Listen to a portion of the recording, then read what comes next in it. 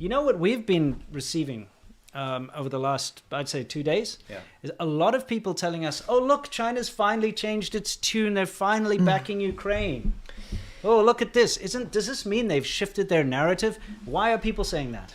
So there's something that's going on where China's trying to play this interesting little game. You'll actually see it in a lot of their Western paid propagandists to go out there and say, we will be the ones that will broker peace here. The U.S. is actually funding this war. They're funding Ukraine. They want a puppet state in Eastern Europe on Russia's doorstep, just so they can get closer to us too in China.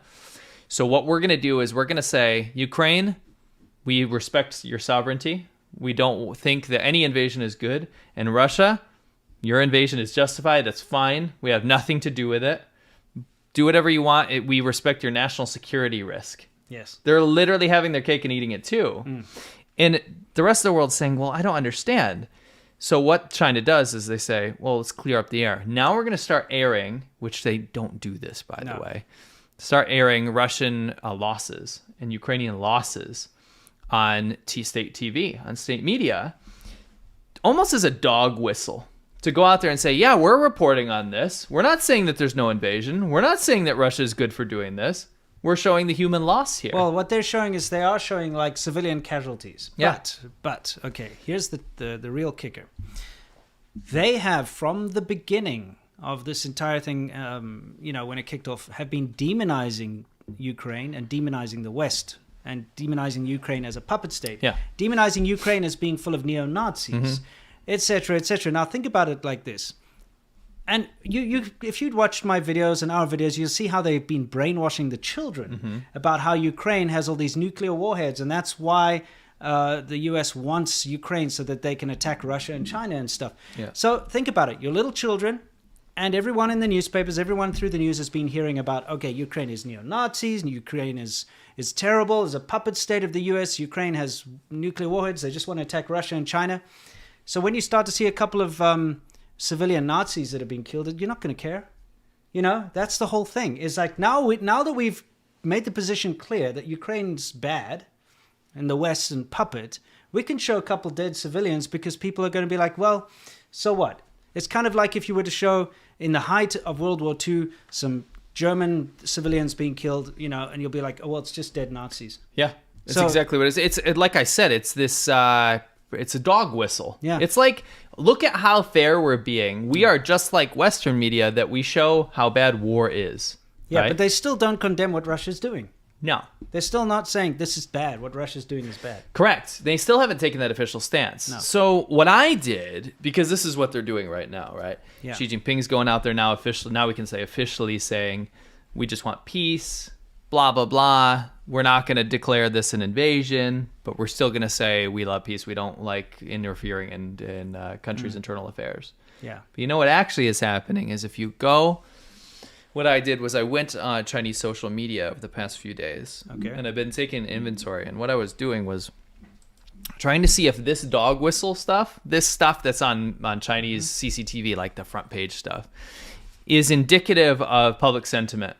Because we always have to remember that public sentiment in China is directly related to what the party wants them to think. And I'm not trying to undermine people's individuality. What I'm saying is that no dissenting opinion is allowed. Yes, so the opinion you see on the internet is the only one that is allowed by the government. Correct. So I went on social media sites. I went on Weibo, I went on Kuaishou, and I went on Douyin. So Douyin and Kuaishou are kind of like TikTok. Great representations of what the public opinion is, especially in the younger group. And then Weibo as in the kind of general swath of information around China. Yeah. And I would say for every pro-Ukraine sentiment I found, there was 1,000 pro-Russia ones. Absolutely. In that I saw maybe 3 in support of Ukraine versus thousands and thousands of media pieces supporting Russia, particularly the Russian army, the Russian invasion, wishing the best of luck to Russia. Putin. Wishing the best of luck to Putin, talking about how amazing Russia is and how they're eternal brothers and friends. This is recent. The idolization of Putin has been insane. Like I'm reading things with like women writing like Putin just made me instantly ovulate. Yeah. Okay, that was the real translation. I'm like, what is wrong? What's going on? So this is not a slight to the average Chinese person, but what I'm saying is that the initial push for propaganda, if you wouldn't, I wish mass media in America and the West would start paying attention to this kind of stuff. The initial push of pro-Russian propaganda in China is continuing domestically in China, and it is the official response that China backs Russia entirely in this situation. And you are supposed to think, and we're constantly seeing this, that China did not take a side. Here is the official statement. Let's see what our favorite wolf warrior, Zhao Lijian, has to say about this. Sure, let's take a quick look. Foreign Ministry said Beijing's position remains consistent and that it continues to call for peace. It says media outlets should play a role in achieving this, instead of what it calls adding fuel to the fire. Everything this guy says is a projection. All right, let's take a look. On the Ukrainian issue, China has been calling on the international community to focus on promoting peace talks and preventing a large-scale humanitarian crisis, and has made great efforts to this end. China has put forward a 6-point proposal on easing the situation in Ukraine and have taken concrete actions. In the future, China will continue to provide humanitarian assistance as needed. It's interesting to see China's official response, because actually in reality, we thought this cartoon kind of... This is a good cartoon. If you take a look, for those of you who are listening, it's basically got Putin in a tank, and Xi Jinping is filling the tank up with petrol or gas, whichever country you come from, and releasing a peace dove through with the other hand, with an olive branch. It's this double-speak nonsense that they do. They really are backing Russia 100% financially and through trade and everything, but at the same time propaganda. And propaganda. Yeah, they are pushing the Russian propaganda to a local Chinese audience. And at the same time, they're saying like, oh, we just want peace. Because you are supposed to be fooled by this. It's something that's making... We don't even want to cover this necessarily anymore because of... There is so much attention on the whole Ukraine crisis, right, and the invasion. We understand that, right? But we are getting slapped in the face over and over again with blatant lies from the Chinese state to say over and over again that they have nothing to do with this, and they have so much to do with it. Everything to do with it. It's pure projection, right? It really is. And that's Zhao Lijian himself saying it. Yeah. I mean, at least he's admitting he's projecting. Yeah, exactly. And that's what we see over and over again. In fact, we'll have a great example of projection coming up here. Yeah. So, here's what happened. This dude in Ukraine, Chinese dude, he's a software developer. He's a software developer. He goes, why can't I talk about what's happening? Why can't I condemn the invasion? Because at least from a diplomatic perspective, at least the Chinese state has always said we don't get involved. We absolutely value sovereignty. Yeah. That's why they say, we own Taiwan. It's ours, so you have to value our sovereignty, right? So a lot of Chinese people are confused. They're like, well, then why are we supporting Russia invading a sovereign country? Yeah. Right? So this guy spoke out about it. And let's look at his original comment. Yeah, we have to look at his original post was right in the beginning. I posted this video on my channel. What happened was, right in the beginning, the Chinese embassy was saying like, hey, fly the Chinese flag because then you'll be protected and whatnot. And the Chinese internet went crazy. But they went crazy in the wrong way. They went crazy by insulting Ukraine, by saying they wanted to take their women as slaves, by saying that Putin is amazing and how much they support the invasion. And so Chinese people living in Ukraine were like, listen, shut the hell up. You're really making life hard for us here, you piece of shit keyboard warriors. That's pretty much... we're going to play this out because what this guy says is important. We'd like you to take a look. So let's play this out quickly. This is his original post right in the beginning when all those horrible keyboard warriors were going on about let's take their women as slaves and stuff. 我是吉乾，中国人，北京人。这本护照是马其顿使馆发的。轰炸刚结束，我在奥德萨，灯开着呢。不像你们说的，他妈的灯都不敢开，我们跟个老鼠似的，整天躲在地下室。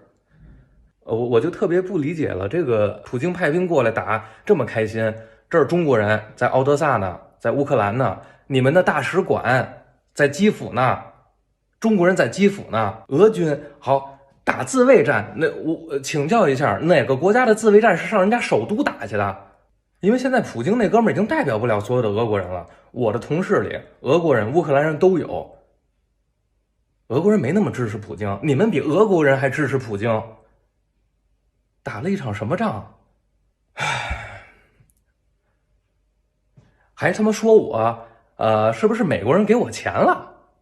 我他妈明天都快死了，我他妈在乎那点钱？老子今天捐钱了，给守军，那帮人捍卫我的生命呢。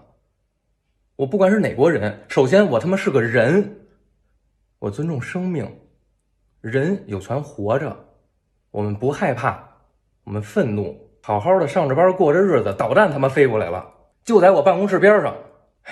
你们支持不管哪一边啊，我希望你们站在生命的那一边。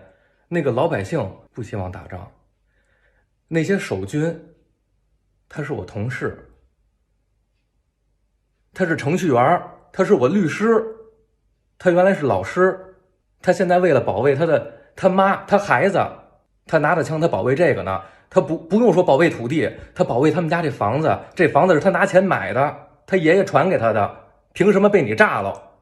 就这么简单，跟北约没关系，老百姓就想让这能过日子就行，这他妈的打仗呢，让人消停点啊。Okay, I think it's important for us to do a very quick, sum up for those who didn't understand that. But basically, what he was saying was, why are you supporting this war? What are you doing? He's addressing Chinese people. Yeah, Chinese people. Like, what is wrong with you? There are Chinese people here. The Chinese embassy is here with We're all Chinese human. people in it. Yeah, everyone's human. And yet you want this war to go. It's not a defense of anything. What kind of a defense happens in another country's capital? Right. You know? Right. He's basically... logic. Yeah, he's just being logical about it. And he says... of course, the netizens, the Wumao, were accusing him of taking American money to make these videos. He's like, what the hell? I just want to live. I don't care about money. You know, we're being attacked here. So that was his initial thing. It's a great diplomatic response that I think he carried the sentiment of, like you said, the Russian people don't even want this war. What the hell is wrong with you? Yeah. Right? Yeah. What happened was this started going around Yeah. a little bit in China, right? Mm-hmm. A lot of Chinese people said, you know, this guy's... he has a good point. Yeah. What the media has been saying to us makes no sense. Why are we supporting Russia? Yeah. The majority of people, I will say, that I saw didn't accuse him of being a paid shill and like CIA money operative. What happened was his entire speech got scrubbed. Of course. Completely wiped off the Chinese internet, and he was not very happy about this and quite confused. So let's see what his follow-up was. Well, also his social media accounts got shut down. That as well, sorry, and yeah. completely scrubbed. Yeah. So, you know, this was his response. Let's take a look. It's important. 3月17号星期四，基辅时间晚上10点半。我是吉贤，我还在奥德萨，我还活着呢。今天战场的情况，守军在逐一的收复失地，我们已经看到了胜利的曙光。我真的不知道你在怕什么，我的声音有这么可怕吗？我今天只是去买了牛肉，取回了我送修的耳机，至少这证明，在前2天的炮火袭击中，基辅那位维修耳机的师傅他在工作，从基辅到奥德萨的物流在工作，当然奥德萨也在工作。我还忘了说了，这只苹果耳机维修费用为0，不但没有涨钱，只是因为战争原因耽误了2周的时间。这件事有这么可怕吗？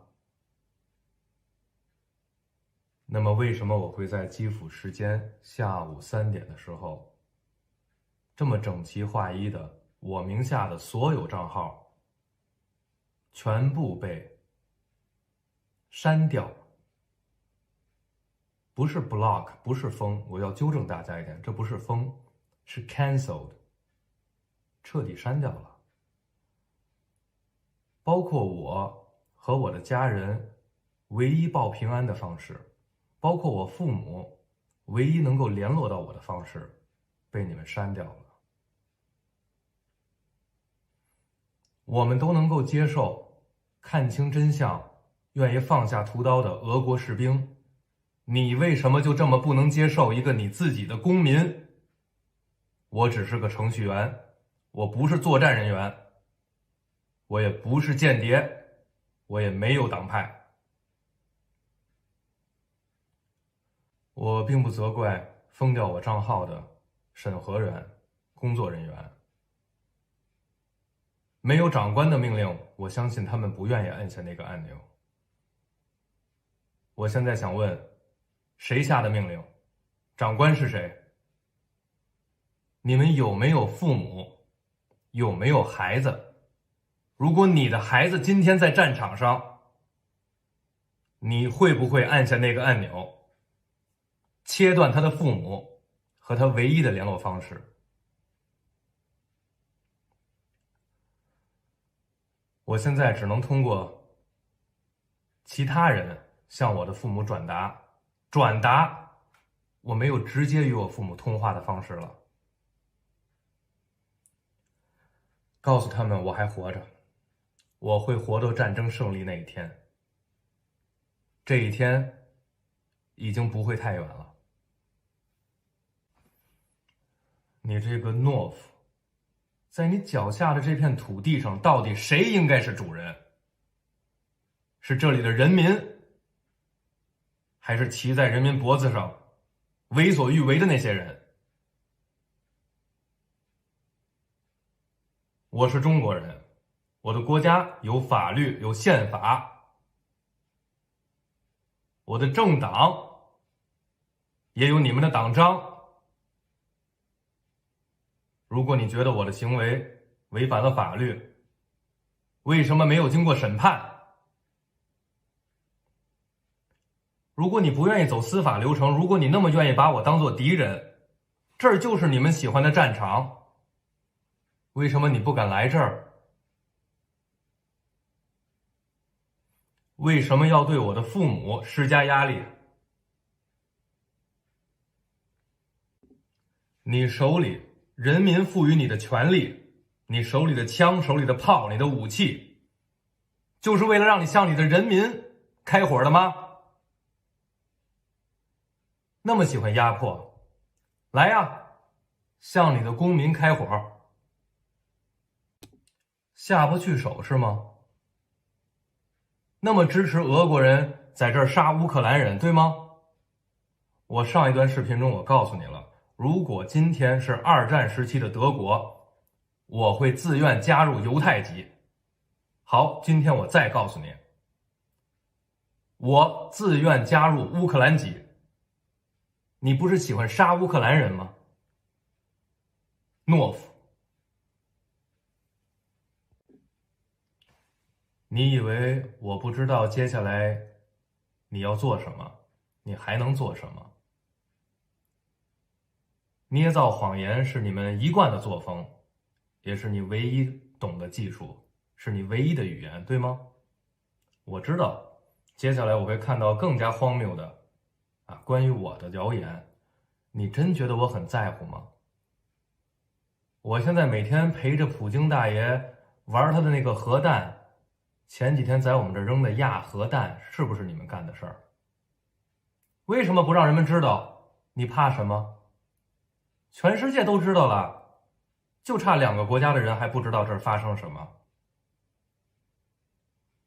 你们为什么那么愿意把自己卷入这场俄乌战争？这又不是你的战争。我是这儿的居民，你不是。我现在很忙，这里现在还在打仗，我没有理你，不是因为我怕你了。你以为你施加的这些压力我就害怕吗？你以为你那点破威胁恐吓就比导弹、比原子弹更让人恐惧吗？你自己想想，该害怕的到底是谁？你是不是和普京一样，害怕人们知道了太多的真相以后，开始觉悟，开始有自己的思维，开始有选择的不听你那些谎言？放心，人在华夏文明上就从来没有过被黑暗战胜光明的。你自己去翻翻历史，自己看看，在中华历史上，那些尝试控制思想、掩盖真相的政权朝代，最后他们的下场是什么样？你比谁都清楚。老百姓他只想活着，你为什么要逼他们？谁来了，老百姓都正常交税，正常生活。我最后给你的建议，你给人留一口活路，没人想逼你。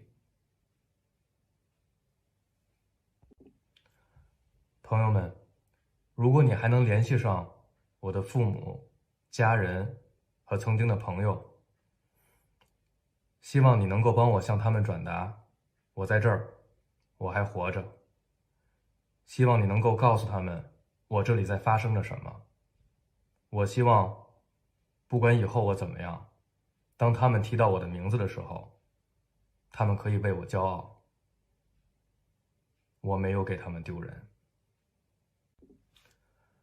如果我背后的祖国非要我做另一道选择题，到底是跪着活着，还是站着死？我相信你们知道我的选择。抱歉，站的时间久了，不会下跪。你可以起诉我，你可以诉之于法律，你也可以正式的宣布我是你的敌人，以敌我关系来面对我。但你记住，我不会下跪，我也不会弯腰。想弄服我，你只有以理服人，没有以暴力屈服。今天心情比较沉重，我是吉贤，祝您晚安，再见。 Yeah, I mean, what can you say other than he's got a lot of courage, number one. Number two, I can see exactly what's happened is he's woken up from this malaise. You know, the thing is, you live in a country like China, you get brought up in a country like China, and you firmly believe that what the government is telling you is correct, and the way the government behaves is correct, and the way that society behaves is correct. I mean, you could say that for any country, really. But the thing is, in China, it's really hammered into you. It's a mandate. Yeah. And now, when, it comes down to brass tacks, when things are actually happening, and the kind of response he's gotten, it's really disillusioned him with his country and his country's people. Because he's not someone that was in the beginning some traitor to China, maybe even tentatively supportive of the CCP. But when you hurt someone and slice them down like that, you make enemies. Yeah. Because for those of you who didn't understand, who are listening, sorry it was a very long segment, but basically he's been under constant attack by Chinese netizens, just like we are, the Wu Mao, and we know how terrible they are because they do make up all sorts of lies about you. And it's worse than just internet trolls, dude. No, it's actual government response. And the thing is, it's condoned by the government. It's allowed to spread, and it's propped up and so on. So he's been under a lot of attack, and they've closed down his WeChat accounts and his only direct contact with his parents. Keep in mind, in China, you're not allowed to use Skype. You're not allowed to use WhatsApp. You're not allowed to use Facebook. You're not allowed to use any of these. And you can't tell an old person how to use a VPN, especially someone with the government's eyes on them that will get thrown in jail for using one. Absolutely. So his parents have no way to contact him other than through WeChat, and his WeChat accounts have been deleted. Not just blocked or whatever, or put on hold. They've been just completely deleted. All WeChat accounts with his name have just been taken down under his name. So he's got no way to contact his parents, and so it's really put him in a position now where he's starting to see the Chinese netizens as actually just being an enemy. Yeah, because they keep cheering on the Russian invasion. They keep cheering on how the Russian troops are killing Ukrainians. But they're not facing any adversity. Yeah. They're not in this war. Just like he said, you're not in this war. Yeah. What the hell do you know? Yeah, come here. I just wanted to say massive props to him, and I'll be watching him very closely. Absolute hero to stand up. This is a great example to show you that the Chinese government does not represent Chinese people. This is something we say all the time. And although it's difficult to sometimes pull the two apart because you see such a massive support for the government online as far as what the government says, this is what we have to think. You see people saying, yes, this is what we think. But you also have to remember that that's only because you're only allowed to express that one opinion online in China. You can't express anything else. His whole segment deserves an entire breakdown at some point because I loved his speech. It's obviously better if you speak Chinese and understand the language he's using. But when obviously there's some very like gets your heart pumping and gives you chills moments when he's calling people cowards and things like that. Saying that to the Chinese government is insanely brave, by the way, as a Chinese citizen with a Chinese passport. Yeah.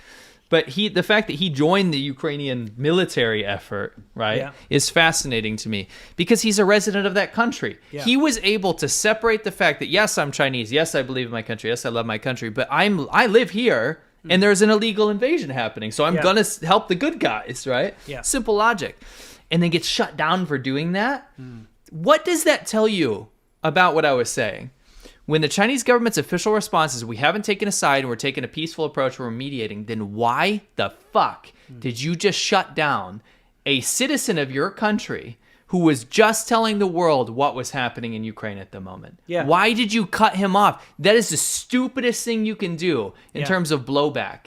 Yeah. Because this message will find a way somehow inside of China. Well, it just proves they don't care about their citizens abroad that are in a conflict like this, and that their narrative and the support of Russia is more important. Yes.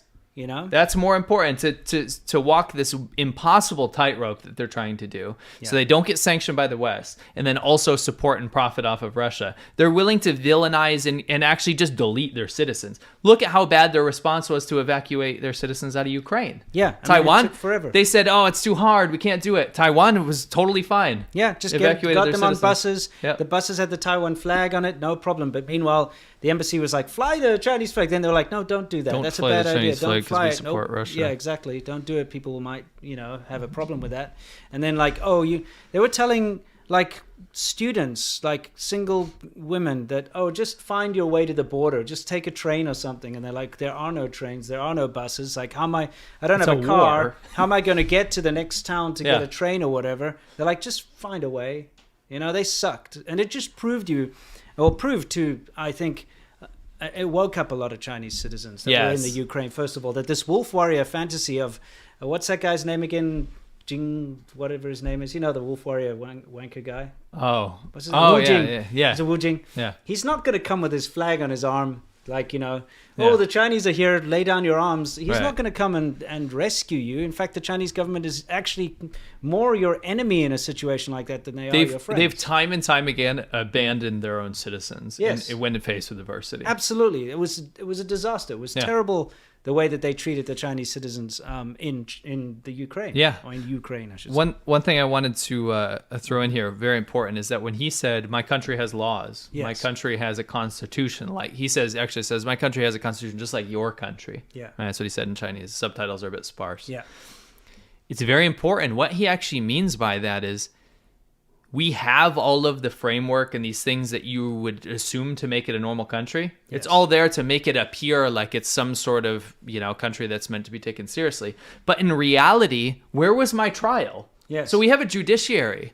We have all these things. We have all these elements. But where's my trial? Yeah, if they're going to accuse him of something and then delete all his social media, they didn't give him a trial. There was no trial. Of course. He didn't go to court for that. They put pressure on his parents. All of these things. We know this personally. We know this because we lived in China for over 10 years. And we've dealt with this. It's arbitrary. It's arbitrary bullshit. It's never rhyme or reason. It's if they decide that they want to go after someone, they'll do it. You don't get to go to court. Nope. You don't get to have some sort of fair, independent judiciary. No. You get screwed over if the government has decided, and they will take action. There is no rule of law, and you have to understand that goes beyond diplomatic relationships with different countries. We're talking about business here. Yeah. Every single element of, if you're going to deal with the Communist China legal system, you are subject to their arbitrary rules. You are subject to the fact that there is no rhyme or reason behind stuff. So you have to understand you're going to get burnt whenever it comes down to brass tacks. Yeah, absolutely. Right?